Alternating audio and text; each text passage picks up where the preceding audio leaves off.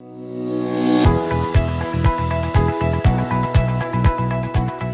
tema que me convoca en esta oportunidad es un tema que podría decirse en la dogmática penal contemporánea ya es un tema de moda. Pero, ¿por qué es de moda? Porque justamente la dogmática, y ahí el título de la ponencia, la dogmática convencional, esto es, la dogmática tradicional, básicamente cuando se ha tratado de analizar la parte general, los ejemplos, los casos de análisis se han dado en los delitos de sangre. Es una dogmática heredera de su época. Es muy fácil, hagan memoria cuando ustedes estuvieron la parte general en la universidad, su profesor o profesora, para explicarles la autoría directa, inmediata, el cómplice, quién es cómplice, quién actúa en tentativa, en omisión. Siempre se usaban los ejemplos del homicidio: A mata a B o A viola a B. O sea, los temas de sangre siempre han sido los casos más, digamos, de usanza a los que los profesores han empleado para explicar el derecho penal. Y eso responde, naturalmente, a una época. En esta época, la dogmática no convencional se llama así por cuanto el replanteo, y ustedes aquí en la Sala Penal Nacional lo ven a diario en muchos casos, el replanteo de la configuración de los tipos penales va desde un paradigma de los delitos de resultado hacia los delitos de peligro. Lo que otrora, en una época, eran actos preparatorios, hoy son delitos independientes, tan igual que en los delitos de resultado. El delito, por ejemplo, de marcaje es un acto preparatorio, el sujeto todavía no, o la víctima todavía no ha sido, en este caso, afectada, pero ya por el solo hecho de estar acosada, al acecho, ya el ordenamiento jurídico legitima una intervención penal. O los casos de la asociación ilícita. Se reúnen 3 o 4 para planificar un delito que puede ser cometido hoy o mañana o dentro de un año, poco importa cuándo lo vayan a realizar, el sentido de la ilicitud ya está puesto en la mera asociación. Esto es, hay un adelanto cada vez más progresivo, en eso también se llama la expansión del derecho penal.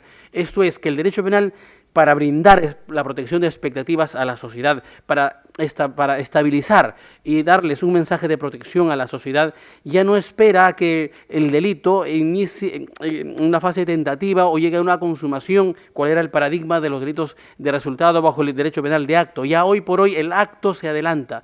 Dentro de ese adelantamiento, lo no convencional está en que el paradigma hoy de la persecución penal son los delitos de peligro, peligro abstracto, peligro concreto, en delitos contra la función pública, en tráfico de drogas, en delitos tributarios, delitos de contaminación ambiental, delitos aduaneros, delitos financieros. Ya prácticamente lo que manda en la tipificación, el modelo de técnica, es el del peligro concreto o peligro abstracto.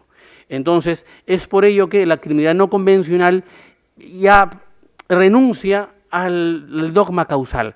Cuando nos enseñaron que la tipicidad dependía del nexo causal entre acción y resultado, nuevamente eso era entendible pues en una época, pero hoy Hegel, cuando nos dice que el derecho penal se legitima cuando marcha al compás del espíritu de su época, esto es, el desafío del penalista está en dar una respuesta a la sociedad de esta época con instrumentos que sean también idóneos para satisfacer esas expectativas. Quiero partir para de una vez entrar a lo actual, que es lo normativo, lo moderno. No por ello quiero decir que lo tradicional esté equivocado, incorrecto, sino que Franz von Liszt, Welling, el mismo Welzel, el finalismo, cuando ellos pensaron la dogmática penal, pues no tenían otra alternativa más que razonar según el pensamiento de su época, sino que ya estamos en otra época y hay que decirle hoy un adiós a ese dogma causal. Como paradigma del dogma causal, quiero partir por un caso resuelto por la Corte Suprema Alemana en 1906. Este es un caso en donde la Corte Suprema condena a una persona como autora del delito de proxenetismo. ¿Por qué? La Fiscalía descubrió un burdel que operaba de manera clandestina. Y como estaba prohibido y tipificado, se condena al regentador de ese burdel como autor del delito de proxenetismo. Pero en la investigación se comprobó que el negocio se había mejorado, los parroquianos pues que acudían a ese burdel se habían incrementado a partir de que en ese burdel se ofrecía como cordialidad de la casa unos vinos.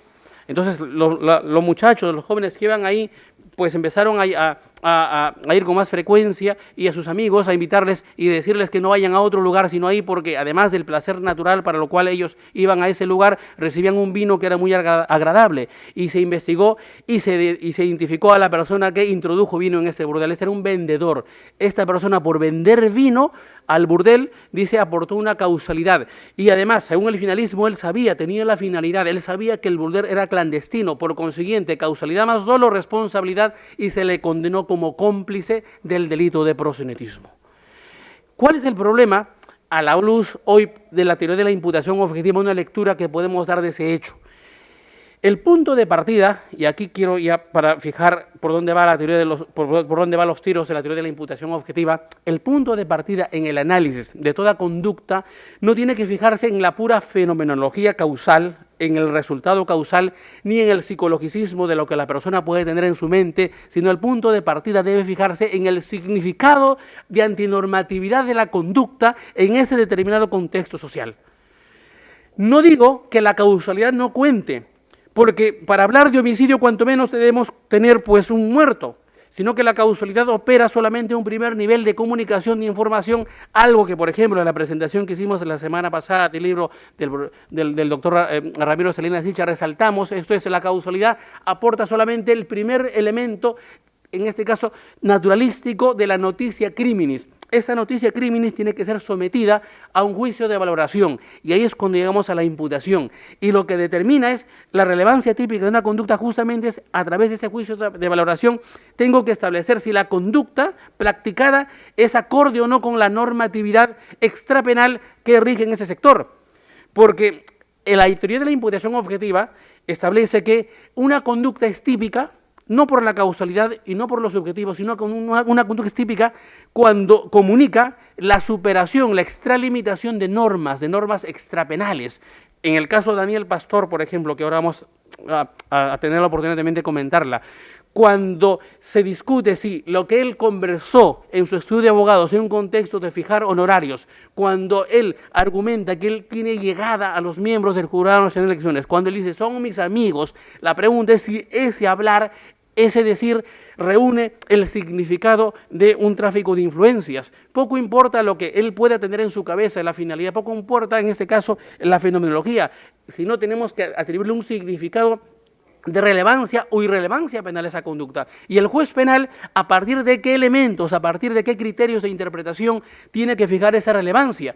Por su pura intuición, por su pura corazonada judicial, bueno, yo creo por mi olfato que este caso sí es responsable, en este caso no es responsable. No, no funciona así las cosas. La teoría de la imputación establece que los tipos penales, cuando tienen elementos normativos dentro de su configuración, en el tráfico de drogas, lo que es transportar, fabricar, lo que es comercializar, en el caso de lavado de activos, lo que es actos de transferencia, conversión, ocultamiento, esto es palabras, elementos normativos, los tipos penales hoy en día prácticamente reúnen la estructura de lo que se llama la ley penal en blanco, porque obligan al intérprete, al penalista, al juez penal, a hacer una remisión extrapenal en la valoración.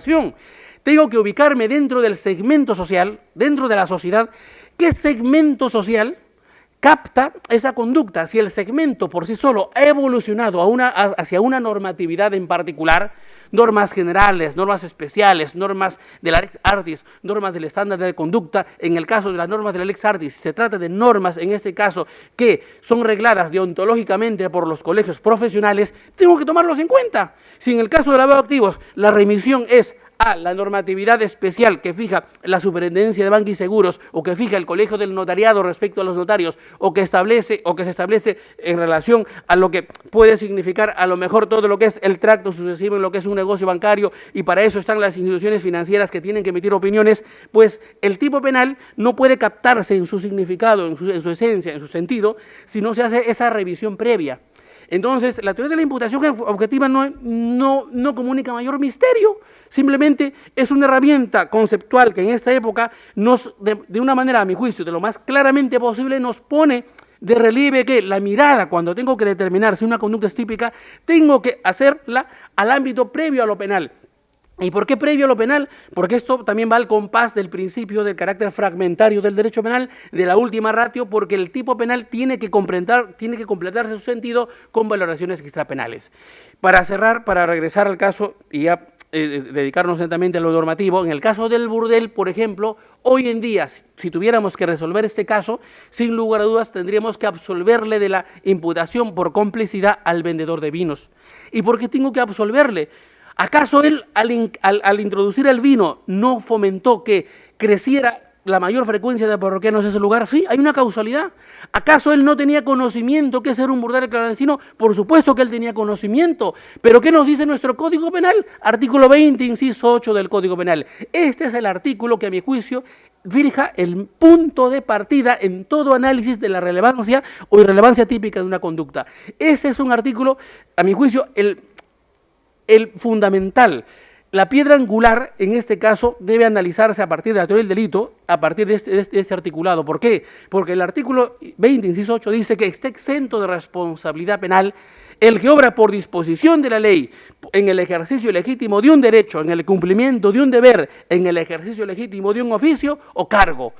Este es un articulado que fija una causa de exclusión de la tipicidad. Es un artículo que fija una regla general de atipicidad. De ahí que, y ahora voy a pasar después a criticar a la sentencia de la Corte Suprema en el caso Pastor, estoy de acuerdo en el resultado, pero no en la fundamentación, porque no estamos ahí en una causa de justificación, porque para hablar de una causa de justificación tengo que reconocer previamente que la conducta es típica, que Daniel Pastor obró típicamente, solamente que en la situación concreta debía haber alguna situación de necesidad, alguna situación excepcional que obliga al ordenamiento jurídico a autorizarla, pero no es el caso, porque si en la fundamentación misma de la ejecutoria se establece que en su base la conducta no extralimitó el ámbito de competencia de un abogado, si la conducta no rebasó lo que forma parte de la ética del abogado, entonces la conducta es atípica. ¿Por qué es una causa de atipicidad? Porque la conducta no ingresa a la tipicidad. La teoría del delito tiene tres elementos: la tipicidad, la anticuriosidad y la culpabilidad. Cuando se analiza metodológicamente el delito, se comienza por la tipicidad. Yo no puedo establecer que la conducta es culpable si previamente no he fijado que es antijurídica. No puedo afirmar la anticuricidad si no he establecido que es típica. Entonces hay un orden de prelación y dentro de la tipicidad incluso primero se analiza el tipo objetivo y después el tipo subjetivo. Entonces, pero si existe una causa legal, en este caso, que de entrada me dice que la conducta no ingresa a la tipicidad, por consiguiente nunca va a llegar ni a la anticuricidad ni a la culpabilidad, entonces estamos ante un supuesto de una causa de atipicidad. Concretamente, dogmáticamente, técnicamente sería una causa de exclusión de la imputación objetiva. Y esto es lo que nos brinda el artículo 20, inciso 8. Dice, está exento de responsabilidad penal el que obra por disposición de la ley, el que de manera natural obra porque una ley así se lo fija en el ejercicio legítimo de un derecho. Si yo más tarde vuelvo a mi casa, cojo el llavero y abro la puerta, estoy ejerciendo un derecho de propiedad, estoy ingresando a mi casa, ese obrar es completamente atípico. En el cumplimiento de un deber, cuando un policía recibe una orden judicial para detener a alguien y lo detiene y lo lleva al juzgado, ¿acaso lo está secuestrando? Él está actuando en el cumplimiento de un deber. Es el obrar de la manera más natural conforme a un rol intrínseco a esa función, o el que obra en el ejercicio legítimo de un oficio. Y vamos a ver en las ejecutorias respecto, por ejemplo, a los casos del taxista. Hay un caso de una cocinera que he podido conseguir para esta conferencia en lo que respecta a la jurisprudencia de la Corte Suprema. Entonces, el escenario actual en la valoración de la conducta, cuando nosotros hemos de determinar si una conducta es penalmente relevante, esto es, si una conducta es típica, los tipos penales tenemos que analizarlos a partir de la normatividad que el propio lenguaje, la semántica de la tipicidad, la semántica del tipo nos lo diga. La imputación objetiva en este caso constituye el filtro a través del cual esa conducta va a ser analizada. De tal forma que el juicio de tipicidad ya no depende de comprobar resultados, sino el juicio de tipicidad es un juicio de adscripción, de adjudicación de una antinormatividad a una conducta fenomenológicamente o causalmente acontecida. Entonces, las consecuencias de la normativización de una tipicidad nos conduce justamente a tomar en cuenta este orden metodológico. En cualquier caso que yo pueda tener, en cualquier caso que se ve aquí de terrorismo, de narcotráfico, de terrorismo, perdón, de defraudación tributaria o de crimen organizado, lo que debo fijar básicamente es la valoración en torno a la conducta. Si la conducta practicada ha sido realizada en el marco de algún rol socialmente estereotipado, entonces lo primero que tengo que ver es si la conducta es atípica, pero si no lo es, entonces ya puedo continuar con el juicio de valoración. Los tipos penales fijan pautas de conducta y esas pautas de conducta no son fijadas en abstracto. Los tipos penales, cuando dicen, por ejemplo, y este caso, a pesar de ser de sangre, es muy ilustrativo, que es el caso del homicidio culposo, el artículo 111, cuando establece el deber de cuidado, el que por culpa mata a otro, esa culpa en abstracto tiene que ser contextualizada a un lugar, a un segmento parcial de la sociedad donde acontece. Porque si la muerte acontece en un quirófano, para determinar si hay, en este caso, responsabilidad médica, tengo que determinar esa culpa a partir de las normas de la Lex Artis que establecen cuáles son las reglas de comportamiento que debe observar un profesional de la medicina. Si la muerte es a consecuencia de una mala cirugía, de un mal corte, o si es a consecuencia, por ejemplo, de una sobredosis en la anestesia, entonces ya podré identificar más o menos a quién le tengo que investigar con mayor razón en relación al otro, por cuanto la culpa está adquiriendo un sentido, la semántica del tipo se está cerrando a partir justamente de la normatividad de la Lex Artis que va fijando en el caso en particular. Pero si la muerte acontece en un atropello en la calle porque un chosicano, por ejemplo, mató, en este caso, a un transeúnte, para determinar si hay homicidio culposo respecto, en este caso, del autor del chofer, ya no me va a servir la norma de la Lex Artis, sino me sirve, en este caso, la ley de tránsito, que establece los límites máximos, mínimos de velocidad o las reglas de juego de comportamiento, conductor y peatón.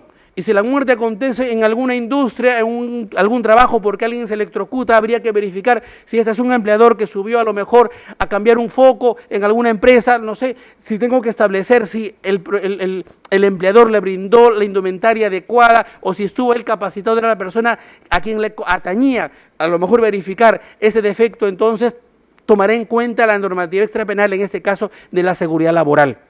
Si se dan cuenta, el tipo penal es uno solo. El tipo penal dice el que por culpa mate a otro. Pero esa culpa puede adquirir un significado variopinto a partir del segmento parcial de la sociedad o el sector social donde se produjo el resultado. Y ese segmento, si ha evolucionado con una propia normatividad, una ley especial, una Lex Artis o una norma de un estándar de conducta, tendré que tomarla en cuenta porque solo así voy a inquirir en el significado, en el sentido de la conducta para determinar, en este caso, si estamos ante un hecho con relevancia penal.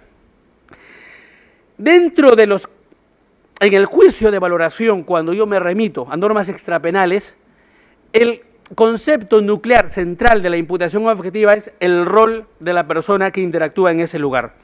¿Por qué el rol de la persona? Porque al fin y al cabo el juicio de tipicidad consiste en establecer si una conducta ha superado o no el riesgo permitido, si una conducta ha rebasado o no lo que socialmente se entiende como adecuado, como aceptado. Y ese rebasamiento siempre va a comunicar el quebrantamiento de deberes, el quebrantamiento en este caso de competencias. Esto es la extralimitación de un rol. El concepto del rol, la palabra rol es bastante fuerte, comunica una bastante carga, a mi juicio, normativa, por cuanto el rol es el conjunto de derechos y deberes que fija una posición jurídica, fija un estatus de la persona en la sociedad. En función del rol yo puedo establecer una diferenciación y puedo fijar, por ejemplo, quién es el director, el gerente, el auditor, el trabajador, etcétera, etcétera, en un contexto determinado. Los roles tienen características. Su primera característica es que el rol es anónimo. El rol del juez, por ejemplo. El rol del juez es un conjunto de derechos y deberes que establecen, que fijan un cargo en particular, pero el contenido es intercambiable. Lo puede ocupar un varón, una mujer. Esto es, lo que importa es aquel concepto objetivo que de manera clara, porque si yo en el quirófano que veo al paciente que ha fallecido y quiero decir, todos responden aquí por igual, incurriré en un error si no tomo en cuenta en este caso la delimitación de las esferas de competencias. Gracias al rol puedo identificar quién es, en este caso, el anestesiólogo, quién es el cirujano, quién es el internista, quién es la enfermera, y podré identificar si hay desvíos, en este caso, de competencias o quebrantamiento de roles, puedo identificar una responsabilidad. Muchas veces en las investigaciones en tráfico de drogas, sobre todo, se encontró la droga, no sé, en un ómnibus de Cruz del Sur, y por consiguiente se investiga a la terramoza, al chofer, al controlador, al operario, al jefe de planta, al gerente general, a los accionistas, prácticamente todos son llevados al proceso. Ahí, por ejemplo, hay un defecto enorme por cuanto a la respuesta de terceros. Yo respondo por una conducta y no respondo por apariencias. Puedo ser feo, pero soy decente. Estoy, en este caso, solamente por pura apariencia, por sospecha, no, a nadie se le puede llevar a un proceso penal, por ejemplo. Es la garantía del principio de culpabilidad, es la garantía del rol, que es individual. La responsabilidad, yo no tengo por qué responder por lo que hizo mi esposa, por lo que hizo mi hijo, por lo que hizo mi mamá, mi papá. Yo respondo únicamente por lo que yo hice. Es la garantía de un Estado de Derecho, salvo que existan deberes de garantes en donde yo soy vinculado, obligado a establecer deberes de supervisión, deberes de control, pero en el caso concreto, si no hay esos deberes, la responsabilidad es netamente individual. Con eso, la teoría de la imputación objetiva va, fíjense, dando una carga argumentativa que, cuando se somete a un análisis en particular, un análisis concreto, tiene una fuerza muy enorme para resolver los casos de una manera mucho más previsible, mucho más objetiva y más segura. Uno de los institutos dogmáticos centrales de la teoría de la imputación objetiva es el riesgo permitido. Y el riesgo permitido, ¿cómo se concreta? Se concreta en función de normas. Son 4 las clases de normas que ayudan a comprender el riesgo permitido. O sea, todos los tipos penales de la parte especial son tipos penales que sintetizan superaciones de riesgos permitidos. ¿Por qué se habla de riesgo permitido? Todo, el fundamento es, todos los derechos están sujetos a permanentes riesgos. Aquí ustedes, por ejemplo, están sentados escuchándome, nada les asegura, nada les garantiza que el compañero de lado de pronto vaya a introducirles un lapicero, por ejemplo, en el oído. Pero hay una confianza, yo confío en que el compañero o compañera no lo hará. El riesgo es latente, el riesgo de alguna forma, digamos, es permitido, pero cuando alguien cumple lo que yo digo o pone en práctica es porque ha superado ese riesgo general.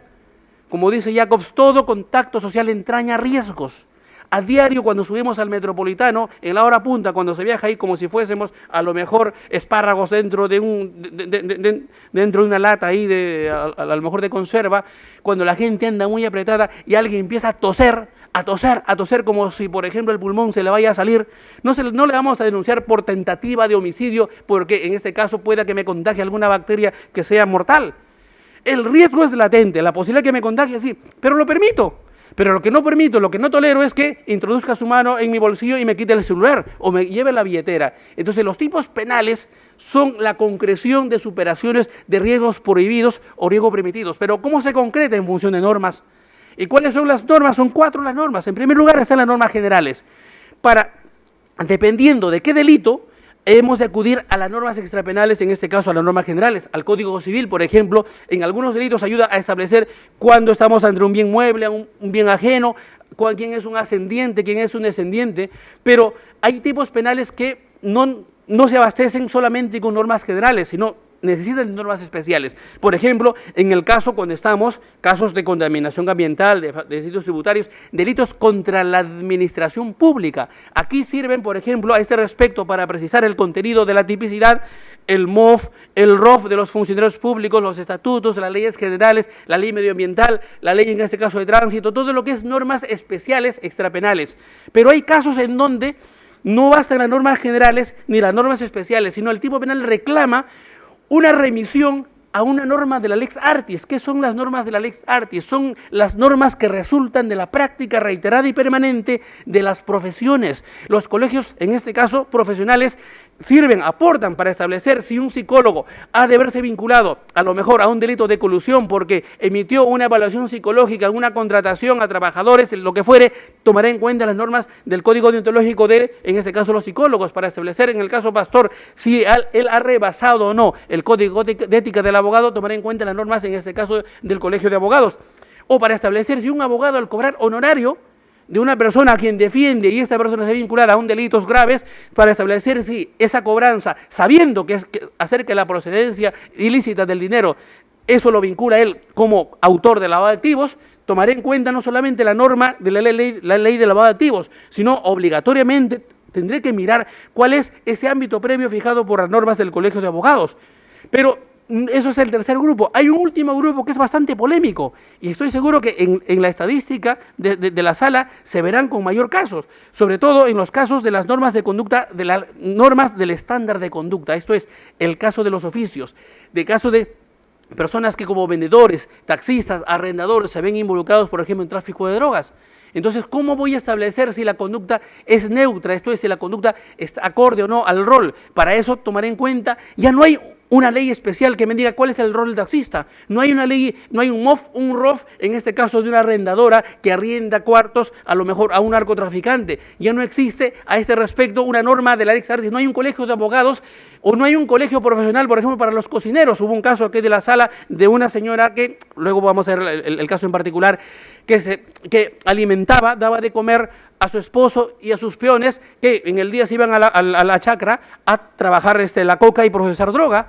A todos se les condena, pero la Corte Suprema, la otra vía está imponente, dice, confirma la condena para todos, pero menos en este caso para la cocinera, porque el dar de comer a su esposo, el dar de alimentar, dice, a quienes trafican, no adquiere el significado del sentido de traficar. Y me parece bastante razonable, porque no sé, quien da de comer a un ladrón que luego va a robar en un banco, entonces también sería responsable, porque la conducta de complicidad, la conducta de favorecimiento es una conducta que debe recaer sobre una conducta en sí, no sobre la constitución orgánica de quien la ejecuta, por ejemplo. Entonces, hay tipos penales, o mejor dicho, todos los tipos penales de la parte especial, para su configuración van a echar mano necesariamente de cualquiera de estas cuatro normas. No hay otro tipo de normas, son normas generales, normas especiales, normas de la Lex Artis y normas del estándar de conducta. Esa es la primera categoría, la categoría que nos aporta el del riesgo permitido. La segunda es la de la prohibición de regreso. La prohibición de regreso es el instituto de la imputación objetiva que se aplica claramente solamente para los casos en donde de manera clara alguien no se ha apartado de su rol, alguien opera dentro de una conducta neutra, también se dice conducta estandarizada. Esto es el caso típico del taxista, que transporta a su pasajero hacia el aeropuerto y en el aeropuerto pues este es intervenido. ¿Por qué? Porque lleva droga en la maleta. La pregunta es si el taxista se convierte en cómplice o no. Naturalmente la cuota de la probanza judicial, la investigación tiene que tomarse en cuenta, pero si las pruebas actuadas, contradichas en el juicio, no destruyen ese carácter de neutralidad, habría que afirmar que la conducta en este caso es neutra. Pero hay dos teorías respecto a las conductas neutras. Hay una primera teoría, la propuesta por Roxin. Dice, o alguien que ejecuta un rol estereotipado como de taxista solamente se convierte en cómplice si en el caso concreto sabía. Si él tenía conocimiento que su pasajero era alguien dedicado al tráfico de drogas o que transportaba droga, se convierte en cómplice. Si el conocimiento es un conocimiento directo, como en el caso del dolo directo, esto es, él sabe de manera clara, entonces se convierte en cómplice. Pero si es un conocimiento probable, dice, ¿qué taxista va a creer la broma que le diga a lo mejor su cliente? Oye, por el caso llevo droga. A mí no me importa lo que lleves. Entonces, si en el caso concreto, se lo dijo en son de broma, el conocimiento solamente es probable, como del dolo eventual, dice, ahí no hay complicidad porque es el principio de confianza. O sea, todo va a depender de lo que uno sabe. En realidad, esa teoría, a mi juicio, es bastante polémica porque los romanos decían de internis non judicat praetor, los jueces no juzgan lo interno. Porque Benedict Carpso, 1635, él decía, todos los imputados, y señores jueces ustedes, todos los imputados que se sientan delante de un juez van a decir yo no fui. O cuanto menos sí fui, pero de manera negligente, no dolosamente se me pasó, me descuidé. Y Carpso pone el siguiente caso. Él dice, quien coja una espada y dice, y argumente, señor juez, clemencia, piedad, clemencia, yo nunca quise matarlo, yo solamente tuve la intención. Él hablando de las intenciones, tuve la intención de jugarle una broma, yo le puse la espada aquí en el cuello solamente para hacerle una rayita, una bromita, y se me pasó y lo atravesé de par en par. Dice, quien ese argumento para ser condenado solamente como autor de un homicidio culposo, dice, solamente está expresando un argumento de defensa, porque el caso de manera clara ha sido cometido dolosamente, pero no porque nosotros interpretemos su cabeza, su mente, porque nadie lo puede saber, nadie lo puede leer, sino porque el dolo, miren cuán antiguo es Carso, 1635, antiguo en este caso, vamos en edad, pero moderno, actual en el pensamiento, porque él dice, el dolo y Roxin, recientemente, el dolo no está en la cabeza del imputado, el dolo está en la cabeza del juez. ¿Por qué? Porque es a partir de los elementos concurrentes externos a la acción que el juez imputará responsabilidad, y en este caso el juez le imputará y dirá: a usted lo condeno como autor de un homicidio doloso, porque por máxima de la experiencia nadie tiene un cuello tan frágil, tan sensible, que con solamente ponerle la espada le vaya a atravesar de par en par. Si ya creo cortar el cuello de un pollo, de un pavo, de un pato es difícil, imagínense cómo será el introducir una espada dentro del cuello de un ser humano, porque para haberla atravesado ha debido ponerle fuerza, y al ponerle fuerza entonces él ha tenido conocimiento, sabía lo que hacía, por tanto el hecho es doloso.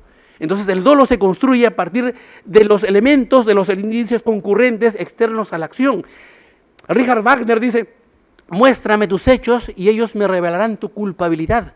O sea, los hechos hablan por sí. Ese es el dolo. El finalismo nos hizo creer que el dolo estaba en la cabeza del autor, que la intención cuenta. No, la intención o el conocimiento está en el contexto que el juez, porque el juez no estuvo en el momento de la comisión del hecho, el juez estuvo después en el juicio. Él se formula un juicio de imputación a partir del contradictorio que se dé en el juicio. Por consiguiente, estamos ante un elemento de imputación. De ahí que ya, como se dice, no es lo subjetivo, sino es lo objetivo. Lo único que nos importa establecer es si en el caso concreto la persona actuó conforme a su rol o no.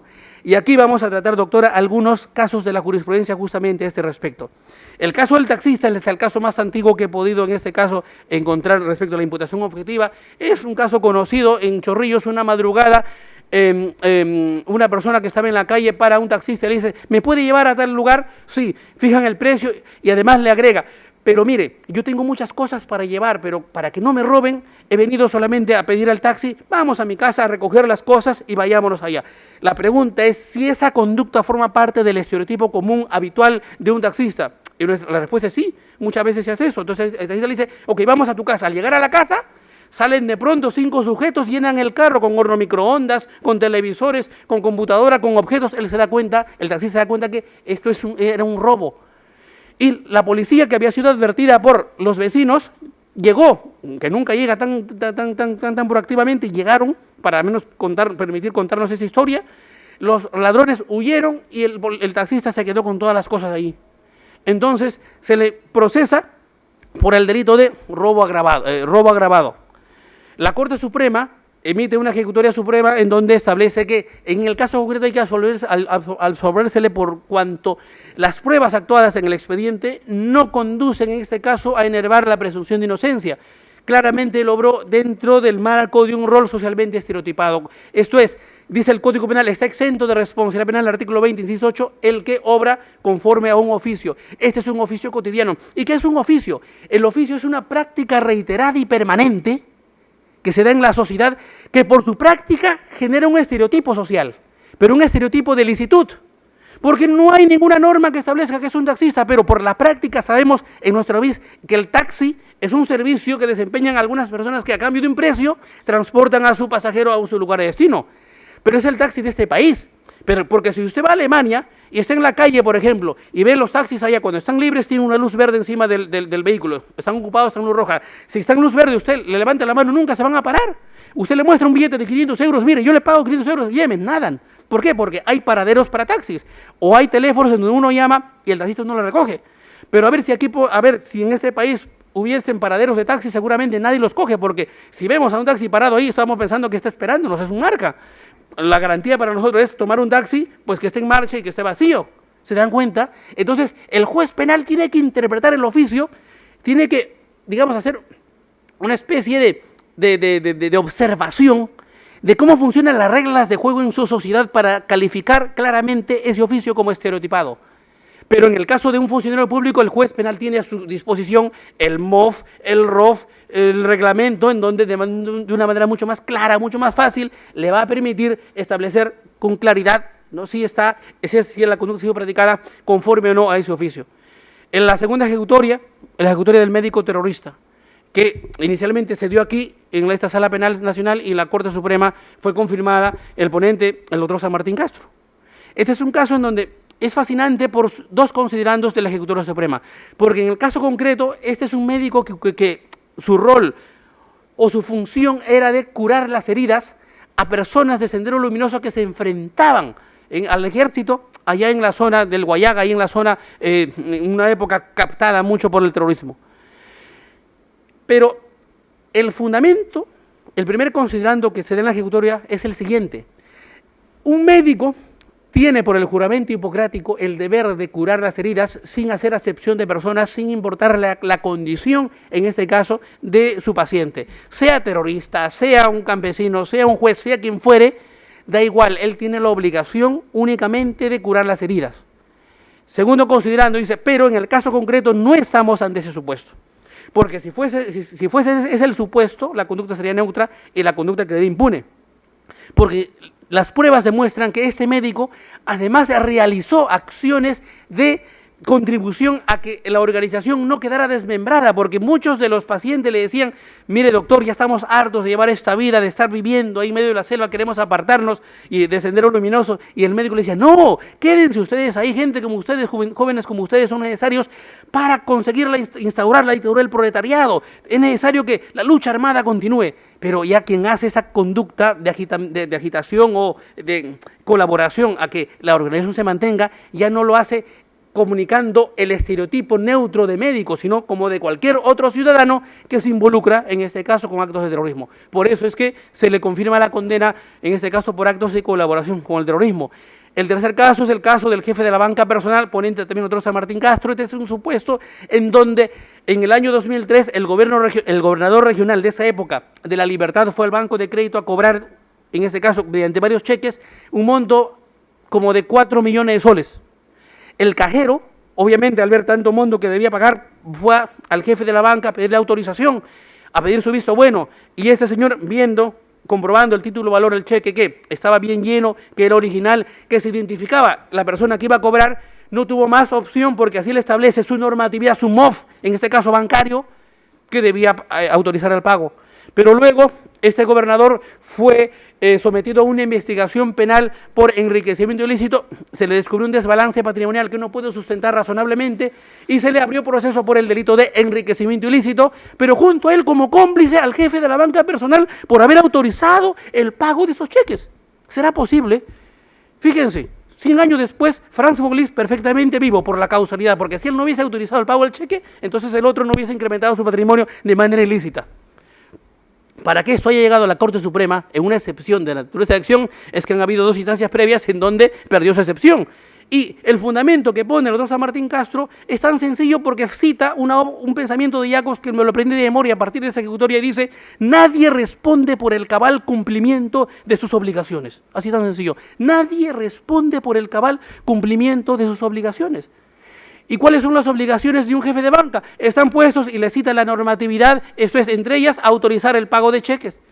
La pregunta es, pero si él sabía o tenía sospechas acerca de la ilicitud o de la procedencia del dinero, según la ley vigente, sería, ya, en todo caso, ya el problema sería otro, sería el lavado de activos, porque tendrían la obligación de avisar a la oficialidad de cumplimiento para que haga alguna investigación, pero al callarse a lo mejor se podría generar una responsabilidad por los activos, pero no en este caso como acto de complicidad de enriquecimiento ilícito. El caso de la arrendadora, ponente, doctor Villastein, en Lucayali, una señora alquiló un cuarto a unos sujetos que se dedicaban, pues la ejecutoria no da muchos elementos, pero eran personas que eran investigadas por narcotráfico. Entonces la imputación es haber realizado actos de colaboración con el narcotráfico. Y la Corte Suprema dice, mientras arrendar cuartos es un oficio socialmente estereotipado y no hay una prohibición de arrendar cuartos a narcos, no lo dice así, pero digamos, lo digo de una manera mucho más clara, más sencilla, entonces la conducta comunica el significado en el caso concreto de ser neutra. ¿Ya? ¿Se dan cuenta? Es que estamos en un escenario de los oficios siempre son los más problemáticos, ahí el juez penal tiene que hacer una evaluación bastante ardua a partir de la interpretación de lo que es la práctica social, la costumbre social, cómo funcionan las reglas de juego en este caso del arrendamiento, pero la Corte Suprema lamentablemente no fija mayores directrices conceptuales, pero da la solución de que quien arrinda cuartos a personas procesadas por narcotráfico no se involucra en los actos propios a lo que esta persona es investigada. El caso de transportista, ponente, doctor Duberlí Rodríguez, es un caso en donde a un sujeto, no conozco la zona, pero dice de la provincia de San Francisco, venía hacia Huamanga una cúster en donde el cobrador, por 150 soles que le dieron, traía 100 gramos de clorhidrato de cocaína camuflado en una frazada en la canastilla. A mitad de camino, en un control policial, se descubre esta droga y procesan a ambos por el delito de tráfico de drogas 296, incluso 297. La Corte Suprema confirma la condena para el cobrador, pero absuelve al chofer. Dice que el rol del chofer no consiste en hacer averiguaciones, esto es, de establecer vigilancia, control sobre las cosas que va en la cúster que él maneja. Él solamente se limitó a desempeñar su rol de chofer. Pero es interesante el considerando adicional. Hay un considerando adicional, dice, en el caso concreto, además, el chofer no sabía que su cobrador llevaba camuflado droga. Pero hay un considerando, dice, en el caso de haber sabido, y esto me llama la atención, poderosamente la atención, porque calza claramente dentro de la imputación objetiva en un sentido muy objetivo como el de Jacobs. Dice, en el caso de haber sabido, igual le rige la impunidad. Él no responde, porque en todo caso ese conocimiento lo obligaría a él solamente a denunciar, generaría un deber de solidaridad de denuncia. El delito por el cual respondería es el delito de omisión de denuncia, porque sabía que en su vehículo alguien estaba llevando escondido droga. Pero como quiera que el principio de legalidad establece nullum crimen nulla pena sine lege, no hay delito, no hay pena sin ley, el artículo 407 del Código Penal, que tipifica la omisión de denuncia, establece que solamente responde como autor de omisión de denuncia el que por su profesión, dice, o empleo, tiene noticias acerca de un delito y no comunica a la autoridad. Y no forma parte del empleo o de la profesión de un chofer el denunciar. Está claramente orientada, este deber jurídico orientado al policía, al fiscal, al médico a lo mejor de turno cuando recibe a alguien, no sé, Oropesa va baleado y por ejemplo se calla y no avisa a la autoridad, o al profesor que ve que un niño está maltratado y no avisa a la autoridad. O sea, para los supuestos específicos en donde existe el deber de denuncia, pero donde no haya ese deber, no esté, digamos, no sea inherente al rol que se desempeña, rige la neutralidad de la conducta de manera ilimitada. Por consiguiente, en este caso, dice a él se le absuelve, y me parece a mí, de manera muy plausible, este argumento. Lo último es el caso de la cocinera ponente del doctor Villastein. Es lo más reciente que he encontrado del año, es del 2012, la ejecutoria es 2011, la fecha es 2011, pero es 2012. Porque parece que ya no están llegando casos o no están aplicando la imputación objetiva o ya lo tienen claro, ya no tienen más que decir. Pero el caso es interesante, yo lo dije antes, esto ocurre en Puno. Es una persona que tiene su chacra, con sus peones, va todos los días a trabajar y la esposa se limita a preparar el desayuno, el almuerzo y la cena. Les hace comer. En la ejecutoria no se dice si ella sabía o no sabía, pero es la persona que dentro de una distribución de roles y funciones, su rol dentro de la organización es la de dar de comer a aquellos que luego van a dedicarse a traficar. La absuelven, confirman la condena para todos, pero ella la absuelven. ¿Y cuál es el fundamento? Dicen, el estereotipo de cocinar, de cocinera, dice, forma parte del rol de una cocinera en este caso, perdón, por el hecho de cocinar, dice, una persona puede verse involucrada en un acto de narcotráfico. Hay que ver, dice, la semántica del tipo, porque el tipo penal de narcotráfico es el que trafique, comercialice, transporte, tal, pero la acción de cocinar está bastante lejana al sentido de la semántica de esa tipicidad, por una parte, y por otra parte, por cuando estamos ante un rol general, esto es de cocinar, y eso no convierte a nadie. El dar de comer a un ladrón, el dar de comer a alguien que delinque, no le hace cómplice o partícipe del delito de esta persona. Y por ello es que establecen la absolución para esta cocinera. Por último, la imputación a la víctima. La imputación a la víctima en lo que, por ejemplo, y aquí está el doctor Ramiro Salinas Sicha, la semana pasada el doctor Jorge Salas Arenas, cuando analizó su libro en el capítulo de la estafa, ¿no? Dijo que sería bueno que para el próximo capítulo se vea los casos de estafa en donde la víctima es la víctima crédula, la víctima torpe o la víctima, me han contado, no sé si ese caso será de la vida real, el otro día en Lima Norte, bueno, es de la vida real, es un juez que me ha contado y le he dicho, por favor, me gustaría en su momento, cuando resuelva, obtener copias de esto para analizarlo académicamente. Es el caso, dice, de en comas, una persona, un chamán, se hizo famoso por hacer el baño de la prosperidad, el baño de florecimiento a la gente, se hizo famoso y este fue y le dijo, bueno, ¿qué quieres? Quiero que me multipliques, estoy cansado de vivir tan limitadamente económicamente, quiero que me multipliques mi patrimonio. Le dijo, te vamos a dar el acto de la prosperidad. Lo bañó en flores, le bañó varias veces y le dijo, pero la próxima vez trae todas las joyas que tienes en tu casa, tus relojes, todo lo que tengas, anillos, lo que fuere, tráelas. Incluso con el, digamos, a espaldas de su esposa, llevó las joyas de ella y se lo entregó y lo enterraron en el jardín, en este caso del chamán, y le dijeron dentro de 15 días vamos a abrirlo y cuando lo abramos va a ser que eso se va a multiplicar, pero mientras tanto sigamos dándote el baño de florecimiento. Le siguieron bañando después de 15 días, pues abrieron eso y solamente habían latas, dice, podridas, y le dijo, ¿dónde están mis joyas? Lo que pasa es que tú tienes demasiada maldad en tu ser, necesitamos pues continuar con lo ¿qué baño ni baño? Yo quiero aquí ahora mismo mis joyas. No, pues nada, no hay. Y lo denunció por el delito de estafa. Hay estafa en ese caso, la estafa pero supone un engaño. Hay engaño ahí en donde ante tus narices de manera clara ves que lo que te proponen es algo irracional, es algo que claramente escapa a todo conocimiento general estandarizado, como para decir que la persona está siendo instrumentalizada o la están timando de ninguna manera. La imputación a la víctima, fíjense, es un instituto de la imputación objetiva que excluye la tipicidad, o sea, declara una atipicidad de la conducta del autor allí en los casos cuando la víctima ha favorecido su autolesión. Pero, ¿cuál es el fundamento? El fundamento es el principio de autorresponsabilidad. Esto enlaza con una idea hoy actual del fomento de la autonomía de la persona. Lo que pasa es que hemos estado acostumbrados a que el derecho penal ha sido demasiado paternalista. El derecho penal no puede tratar a los ciudadanos como a niños. El derecho penal no puede proteger a los ciudadanos más allá, incluso por encima de su propia torpeza. El derecho penal no está para proteger la torpeza de las personas.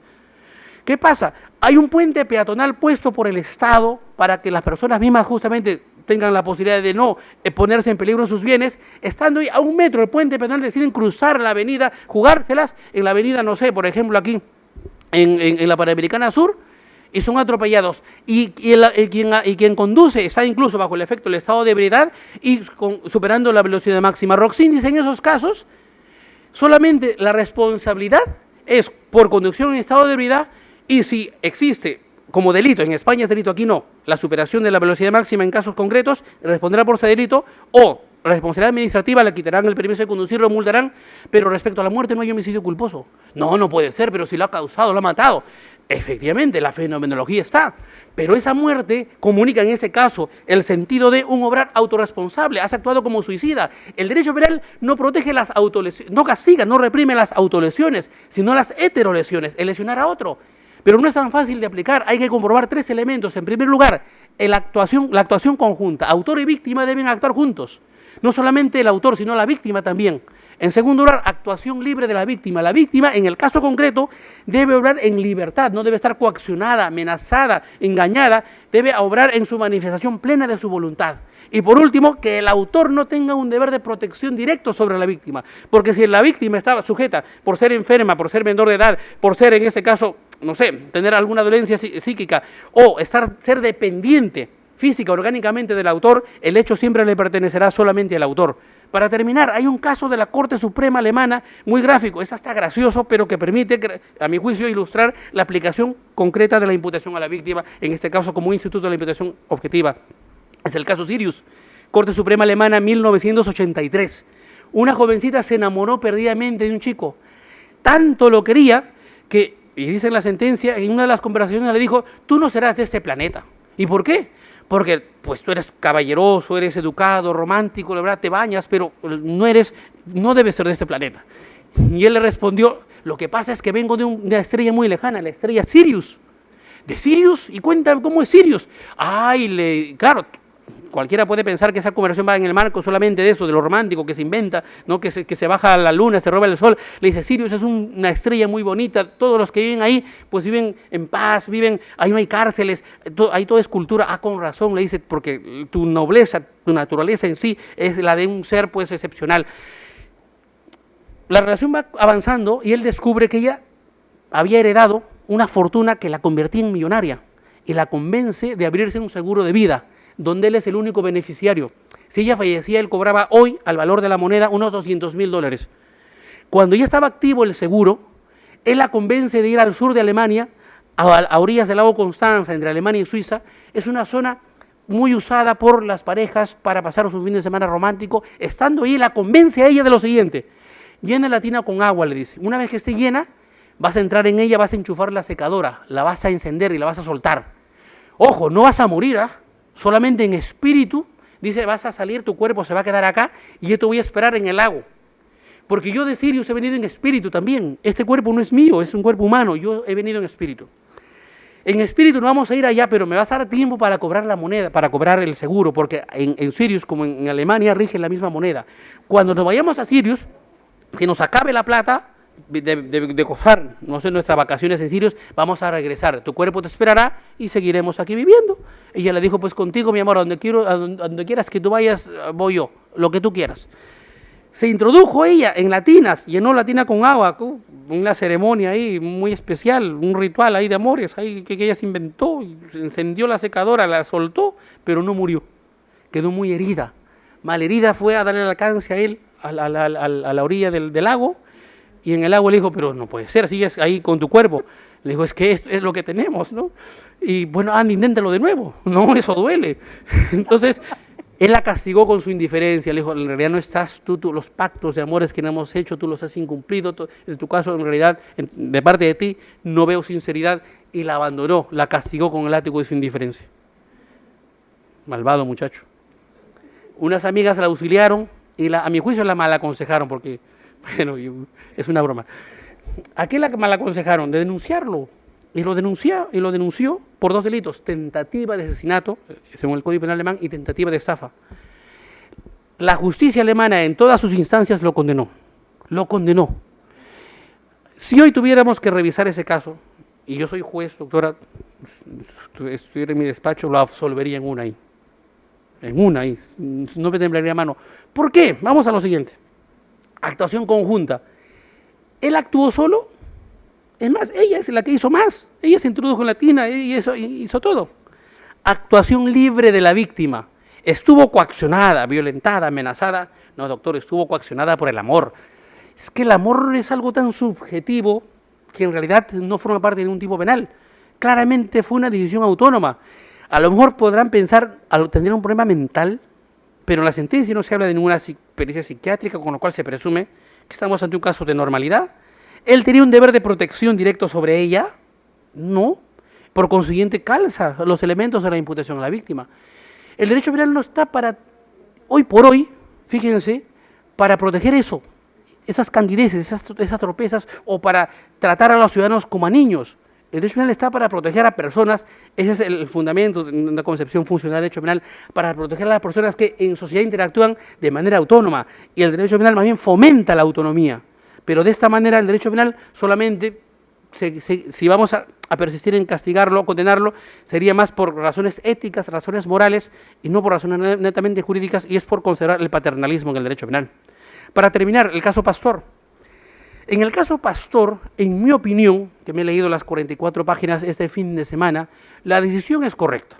Comparto la decisión, la fundamentación, sí hay una contradicción en la fundamentación. Porque los hechos probados, si los puedo resumir en breve, es que él, digamos, fanfarronea respecto a la alcaldesa de Tocache, en donde dice, yo solamente puedo conseguirte resolver el problema, yo tengo llegada, son mis amigos, pero dice, ellos son correctos, ellos no cobran. Entonces la pregunta es si es ese hablar, ese decir, en ese contexto, entra o no, calza o no dentro del tipo penal de el tráfico de influencias. ¿Cómo voy a establecer? Y aquí nos ofrece la teoría de la imputación objetiva, si en el caso concreto la conducta es típica o no. Estamos ante una conducta practicada en el ejercicio de una profesión, entonces lo correcto es que, como en los casos de homicidio, en los casos de defraudación tributaria, de contaminación ambiental, he de solicitar la opinión de la UEFA, de la SUNAT, del INDECOPI, en los casos de propiedad industrial, en los casos justamente en donde se ve involucrado un abogado, pues el colegio de abogados, las normas deontológicas, las normas éticas me dirán, pero es que ese sector de la sociedad regula la competencia de de las personas que interactúan ahí de esa manera, deontológicamente, y están al servicio de las normas del Colegio de Abogados, las normas de la ética. Y el razonamiento de la Corte Suprema al valorar a mi juicio es correcto, porque en este caso dice, no pasa más de una fanfarronería. Es más o menos, en este caso, digamos, ético, más ético, menos ético, pero no rebasa el rol de lo que un gestor de intereses, porque el marco es justamente de fijación de honorarios. No sé si el derecho penal esté habilitado para penetrar dentro de un estudio de abogados y obligarle al abogado a que no mienta. Yo creo que el derecho penal ahí estaría siendo forzado para que realmente imponga lecciones de moral, lecciones de ética, y no creo que esa sea la finalidad de los tipos penales. Por esa razón considero que estamos ante un obrar en el ejercicio legítimo de un derecho, en el ejercicio legítimo de una profesión. Pero el tremendo problema que veo es que, ¿por qué esto lo ven como una causa de justificación? La causa de justificación está claramente establecida en el Código Penal para la legítima defensa, para el estado de necesidad. Eso es para situaciones en donde hay una causa que justifica, hay una situación de necesidad. Por ejemplo, oiga, ¿usted acepta haber disparado a este señor? Sí. ¿Y le disparó usted ahí en la cara? Sí, sí señor. ¿Y por qué? Porque en la situación concreta, él, con su arma, pues nos agredió a mi esposa y a mí y nos quitaba la cartera. Y yo tenía el arma y era la única forma que yo tenía para defenderme. El derecho me obliga a mí a tolerar incluso el hecho de que me tengan que agredir. No, hay un fundamento general. Nadie está obligado a soportar un injusto. Esto es, me autoriza excepcionalmente a defenderme. Por consiguiente, yo actúo típicamente, lo mato, quebranto una prohibición, dolosamente, claro, yo sé lo que hago, le estoy disparando, la conducta es típica, pero no es antijurídica. ¿Por qué? Porque está amparada en la legítima defensa. Pero si me van con la fundamentación originaria, que es una fundamentación de imputación objetiva, lo correcto era decir que la conducta es atípica. Pero si van a decir que hay una causa de justificación, entonces están reconociendo implícitamente que él quebrantó la norma jurídica. Y lo hizo dolosamente, solo que excepcionalmente. Pero ¿dónde está la excepcionalidad? ¿Dónde está la situación de necesidad? ¿Dónde está? No hay. Entonces, ahí está la contradicción intrasistemática. Pero bueno, su contenido, si esto se ve como una conducta propia de la imputación objetiva, yo diría que estamos ante un obrar atípico. Muchas gracias.